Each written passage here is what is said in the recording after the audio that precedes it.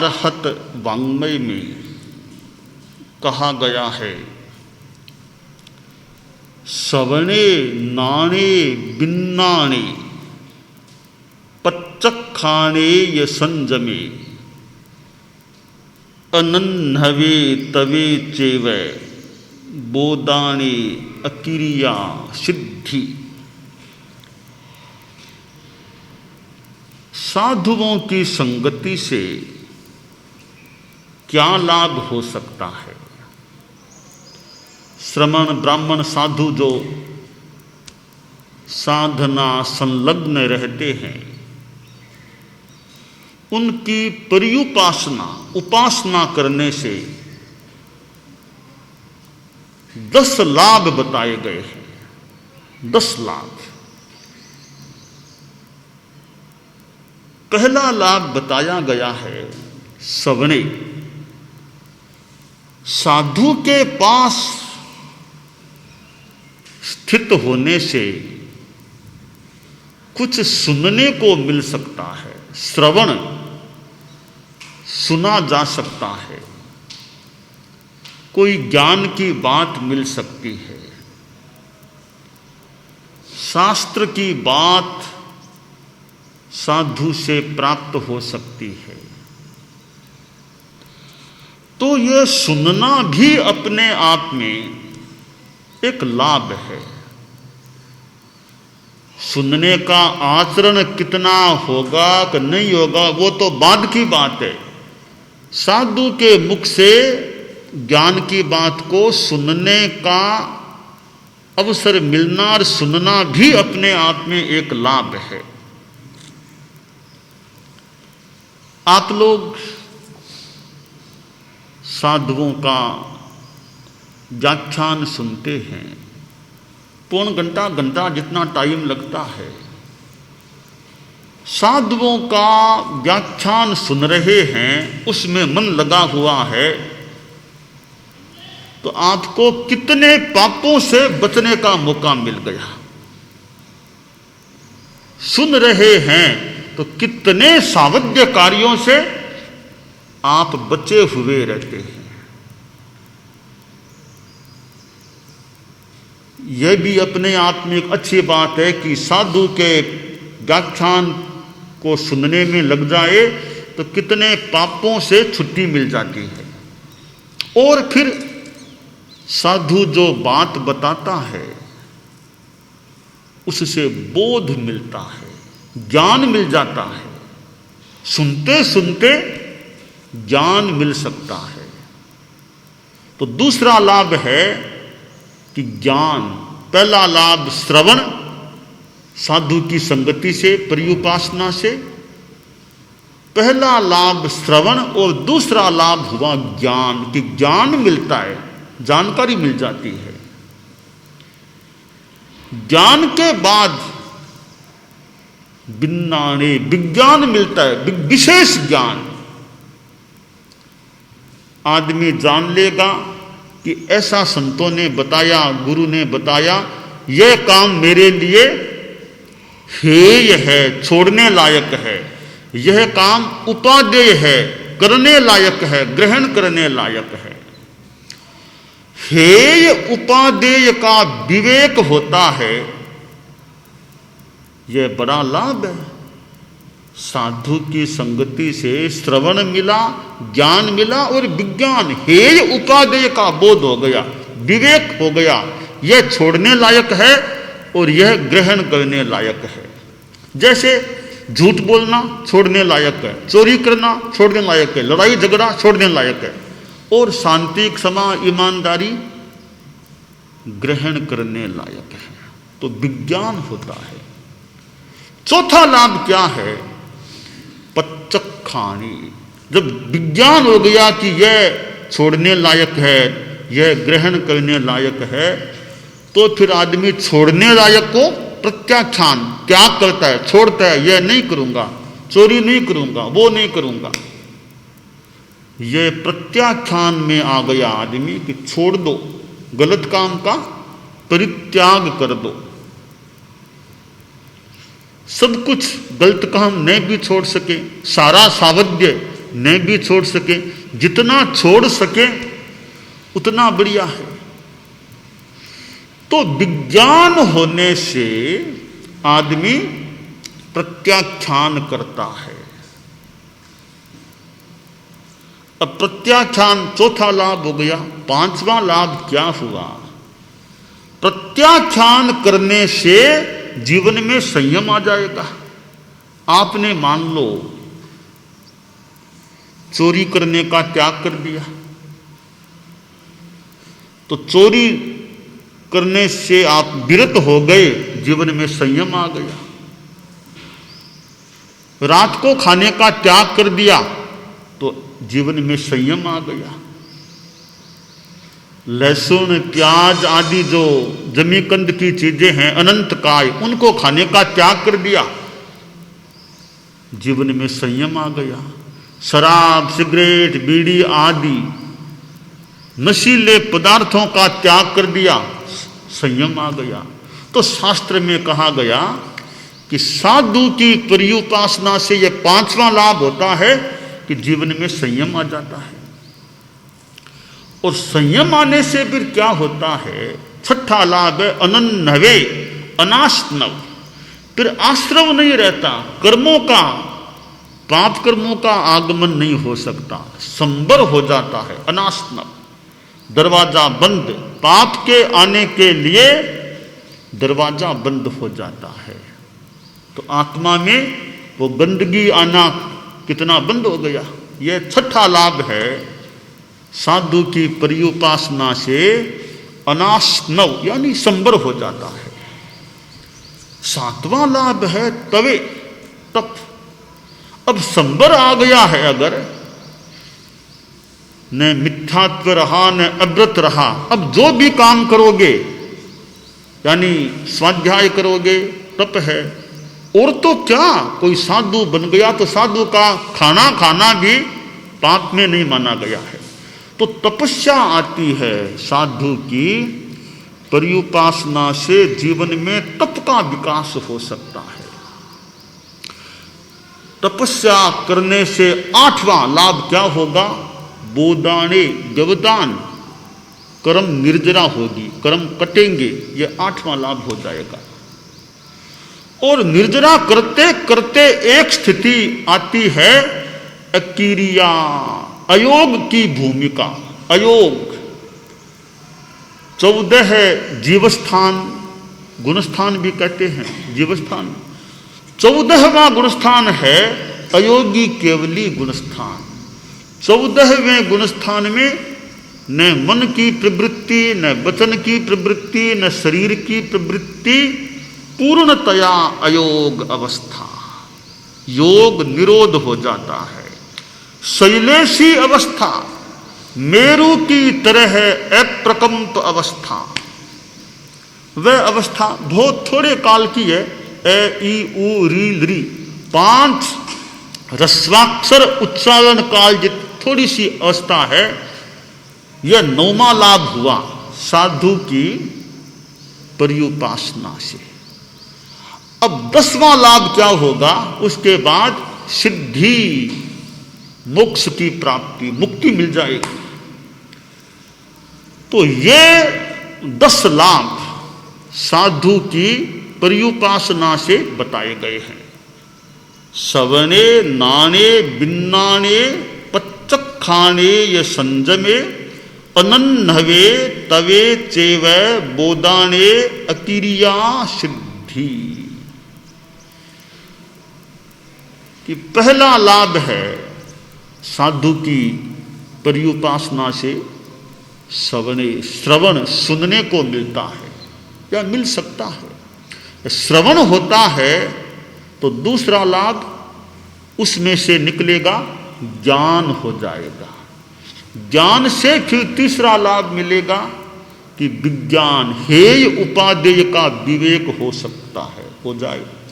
चौथा, फिर आदमी क्या करेगा कि ज्ञान हो गया, यह हेय है, तो उसका प्रत्याख्यान करो, छोड़ो, त्याग करो। प्रत्याख्यान करने से फिर 5वां लाभ होगा संयम, जीवन में संयम आ जाएगा। संयम आने से छठा लाभ होगा अनासनावत, कर्मों का फिर पाप कर्मों का आगमन उस रूप में जितना संयम होगा उतने रूप में नहीं आ पाएगा, पाप कर्म नहीं बंधेंगे। और फिर सातवां लाभ होगा तवे तप हो जाएगा, संबर हो गया अब तप हो जाएगा।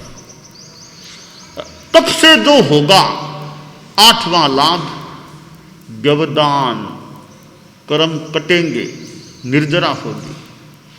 कर्म करते करते फिर जब 14वां गुणस्थान आ जाएगा तो 9वां लाभ होगा अक्रिया, अक्रियता, अक्रिया, प्रवृत्ति नहीं, योग निरोध हो जाएगा। और उसके बाद 10वां लाभ जो परम लाभ हो जाएगा, हो सकेगा, वह होगा सिद्धि, मुक्ति की प्राप्ति। ये 10 लाभ श्रमण ब्राह्मण की यानी साधुओं की पर्युपासना करने से शास्त्र में बताए गए हैं। संगति, साधुओं की संगति, साधु जो त्यागी है, अहिंसा का पुजारी है, तन कर मन कर वचन कर, दे तन काहू दुख, तुलसी पातक झड़त है, देखत बाको मुख। जो साधु तन से, मन से, वचन से किसी को दुख नहीं देते, ऐसे साधुओं का भक्ति से मुख दर्शन करने से भी पातक, पाप जड़ता है, क्योंकि साधु त्यागी लोग हैं। ऐसे साधुओं की संगति, एक घड़ी आधी घड़ी, आधी में पुनि आध, तुलसी संगत साध की, हरे कोटि अपराध। भी साधु की संगति एक घड़ी करो, बढ़िया, इतना समय नहीं या इतनी अनुकूलता नहीं, योग नहीं, आधी घड़ी कर लो, इतना भी टाइम नहीं, आधी से आधी पाव घड़ी भी संगति कर लो, थोड़ी देर की भी संगति है। कभी कभी साधु की संगति कितने अपराधों पापों को दूर करने वाली, उनका हरण करने वाली बन सकती है। संस्कृत में कहा गया, साधु नाम दर्शनम पुण्यम, तीर्थ भूता ही साधव है, तीर्थम फलति काले ने सद्य है साधु समागम आश्रय। कि साधुओं के तो दर्शन ही अपने आप में पुण्य है, पवित्र है, क्योंकि साधु तो चलते फिरते तीर्थ हैं, जंगम तीर्थ हैं। तो ये साधुओं की संगति है। वो त्यागी शांत प्रशांत साधु के पास बैठते हैं, उससे उनको देखने से भी थोड़ी एक शांति और सुख मिल सकता है। साधुओं की संगति से सुख मिल सकता है। सत्संगत से सुख मिलता है, सत्संगत से सुख जीवन का कण कण खिलता है, जीवन का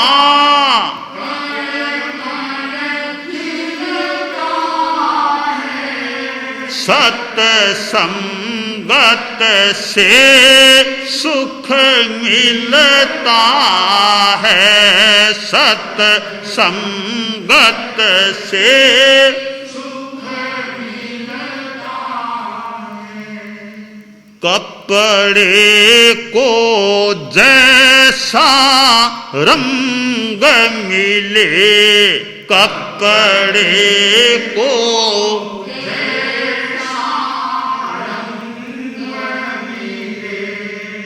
मानव को जैसा संग मिले मान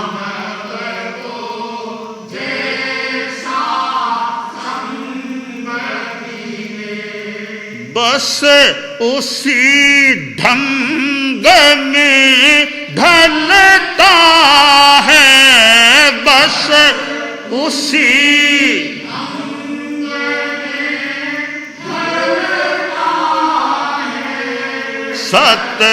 सत्संगत से सुख मिलता है, सत्संगत से सुख मिलता है, सत्संगत से वैराग्य बढ़े, सत्संगत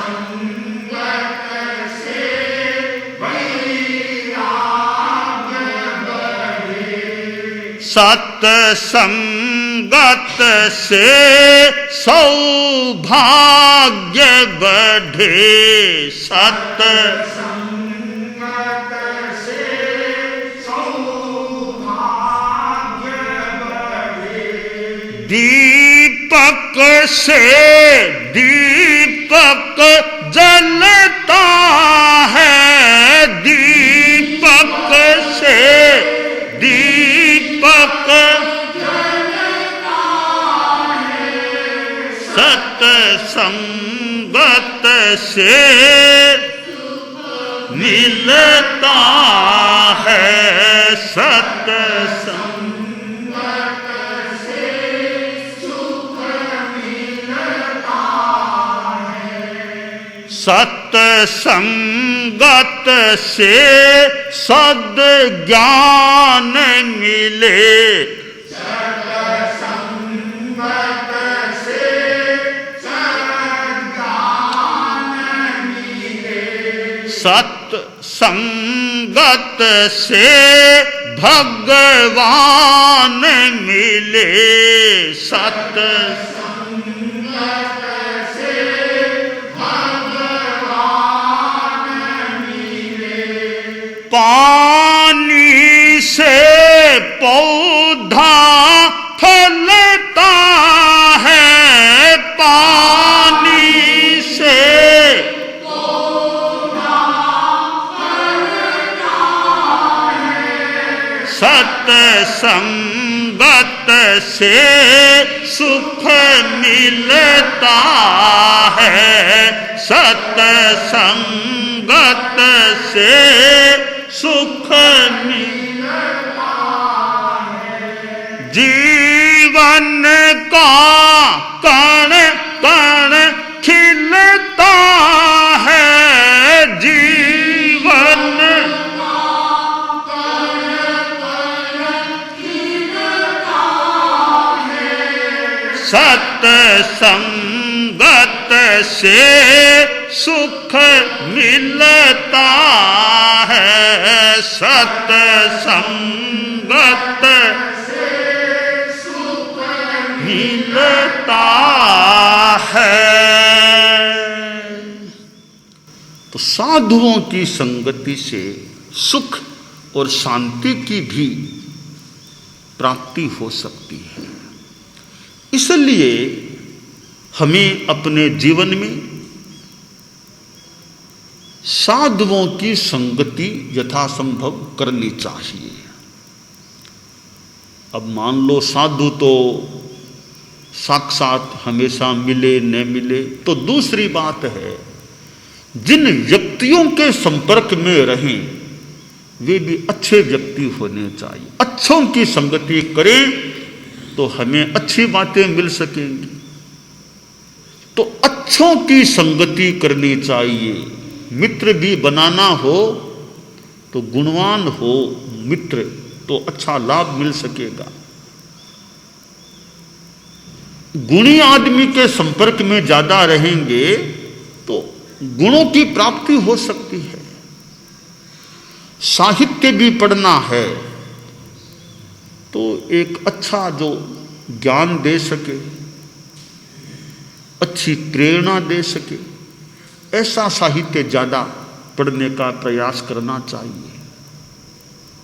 साहित्य साहित्य है, पर साहित्य साहित्य में तारतम्य हो सकता है, आदमी आदमी में तारतम्य हो सकता है, वस्तु वस्तु में तारतम्य हो सकता है। तो साहित्य साहित्य में भी तारतम्य हो सकता है। साहित्य में ज्ञान है, परंतु कौन सा साहित्य मेरे लिए पढ़ने लायक है, वो ध्यान देना चाहिए। अब दुनिया में साहित्य तो बहुत है, कितना साहित्य दुनिया में है। साहित्य नहीं है तो कुछ अज्ञान भी रह सकता है। अंधकार है वहां जहां आदित्य नहीं है, मुर्दा है वह देश जहां साहित्य नहीं है। तो खैर साहित्य का महत्व है। तो साहित्य में भी चुनाव करें कि मैं कौन सा साहित्य पढ़ूं। एक साहित्य है कुछ गंभीर ज्ञान देने वाला है। देखिए, हल्का फुल्का साहित्य पढ़ेंगे, ठीक है, उसकी अपनी उपयोगिता हो सकती है कि भोजन किया हुआ है, थोड़ा हल्का साहित्य देख लिया, फिर सो जाओ, आराम कर लो, ठीक है। भोजन किया है, थोड़ा अखबार देख लो, न्यूज़ देख लो, फिर आराम करना है। एक तो ठीक है, हर साहित्य का अपना उपयोग हो सकता है, पर केवल हल्का फुल्का ही हम पढ़ते रहेंगे तो फिर हमारा ज्ञान भी कहीं हल्का फुल्का न रह जाए। थोड़ा गहरा साहित्य पढ़ेंगे, जैसे हमारे आगम है, और भी अच्छे कई गहरे ग्रंथ हैं, कुछ गहरे को पढ़ेंगे तो गहरा ज्ञान हो सकेगा। आखिर जैसा पढ़ेंगे वहां से तो वैसा मिलेगा। कुआं है, कुएं में बाल्टी डालो, जैसा पानी है वैसा बाल्टी में आएगा। कुंड में बाल्टी डालो, जैसा पानी है वैसा आ जाएगा। तो साहित्य पढ़ो, जैसी उसमें बातें हैं उनका ज्ञान हो सकेगा। हम जितना संभव हो कुछ गहरा अच्छा साहित्य पढ़ने का भी यथासंभव प्रयास करें, तो साहित्य भी हमें ज्ञान देने वाला अच्छा साहित्य जो गंभीर है, तो कुछ गंभीर ज्ञान भी अगर हमारी ग्रहण शक्ति है तो प्राप्त हो सकता है। दानान सेठम अभयपयाणम सच्चे सुया अनवज्जं वयन्ति तवे सुया उत्तम बंभचेरम लोगुत्तमे समनेनाय पुत्ते। अरहंता मंगलम सिद्धा मंगलम साधु मंगलम केवली पन्नत्तो धम्मो मंगलम। अरहंता लोगुत्तमा सिद्धा लोगुत्तमा साधु लोगुत्तमा केवली पन्नत्तो धम्मो लोगुत्तमो। अरहंते शरणं प्रवज्जामि सिद्धे शरणं प्रवज्जामि साहु शरणं प्रवज्जामि केवली पन्नत्तं धम्मं शरणं प्रवज्जामि।